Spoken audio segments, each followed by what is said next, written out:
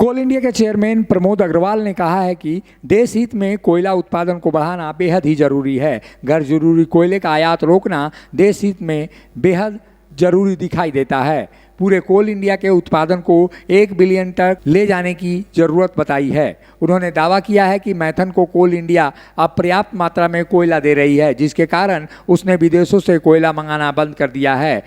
कोल India के chairman ने कहा है कि कोयला उद्योग का भविष्य अनिश्चित है। यह 2 दशक चलेगा या 4 दशक, फिलहाल कहना मुश्किल है। फिलहाल बात तो है कि कोल इंडिया का उत्पादन बढ़ाना, उत्पादन जो अभी 600 मिलियन टन के आसपास है, इसको आने वाले समय में 1 बिलियन टन तक ले जाना है, ताकि देश में जो कोयले की आवश्यकता है वो परिपूर्ण हम लोग कर सकें और देश को जो नॉन एसेंशियल कोल इंपोर्ट है वो बंद कर सकें। जैसे माइथन नहीं है, पहले इंपोर्टेड कोल भी लेते थे, अब कोल इंडिया इनको पूरा कोल दे रहा है, तो इन्होंने इंपोर्ट करना बंद कर दिया। तो इस तरह के जो भी प्लांट्स हैं जहाँ पर भी कोल हम लोग बिना इंपोर्ट किए दे सकते हैं, वहाँ पर हमारी कोशिश है इसको कर सकते। इसके अतिरिक्त कोल इंडिया में ये स्पष्ट है कि कोल का भविष्य 2 दशक है, 3 दशक है या 4 दशक है, लेकिन कोल इंडिया को हमेशा ही एक वायबल इकोनॉमिक एंटिटी रहना चाहिए।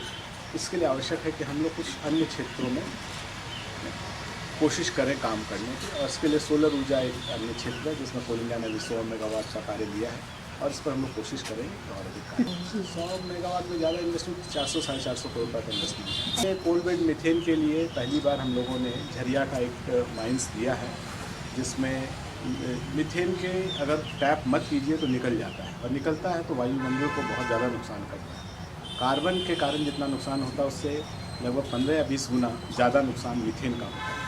और दूसरी तरफ उसको टैप कर लीजिए तो उसका उपयोग किया जा सकता है ईंधन के रूप में। तो हमारा प्रयास है कि मीथेन जितना भी हमारे माइन से निकलता है उसको हम लोग उपयोग में ला सकें, और इसी के लिए एक माइन सभी हम लोगों ने झरिया में ही दिया है, और CBM कोल्ड बेड मीथेन के लिए उसमें जो भी उसको लाभ होगा उसमें कुछ हिस्सा कोल इंडिया को देगा और अधिकांश हिस्सा होगा। दूसरे देश में वर्तमान में कोई ऐसा कंक्रीट प्लान नहीं है। इसमें अपने देश में ही कोयला इतना है कि इसका अगर हम लोग उत्पादन अभी तक हम लोगों का पहले सोचा गया था, लेकिन आज के दिन में कोई कंक्रीट प्लान नहीं। योजना है हम लोगों का प्लान है कि जो भी कोयला सरप्लस हो वो आसपास के देशों में एक्सपोर्ट हो सके, स्पेशली बांग्लादेश, नेपाल, भूटान आदि में। इसलिए सबसे बड़ा प्रयास हम लोगों ने जो किया है कि ई ऑक्शन में जो भी लोग कोयला खरीदते हैं वो अगर एक्सपोर्ट करें। पहले प्रतिबंध था कि उसको एक्सपोर्ट नहीं किया जा सकता, देश के अंदर ही उपयोग करना है। उसको हम लोगों ने उस प्रतिबंध को समाप्त कर दिया। अगर कोई एक्सपोर्ट करना चाहे तो कर सकता है। Coal India 100 megawatt solar power generation पर काम कर रही है। मुखर संवाद के लिए धनबाद से एम अली की रिपोर्ट। जब टूटती है आस, जब थकती है सांस, जब रूठते हैं अपने, मुंह मोड़ता है जमाना, जब अंगड़ाई लेता है संकल्प, फिर बनती है कहानी, बनते हैं अनमिट निशान।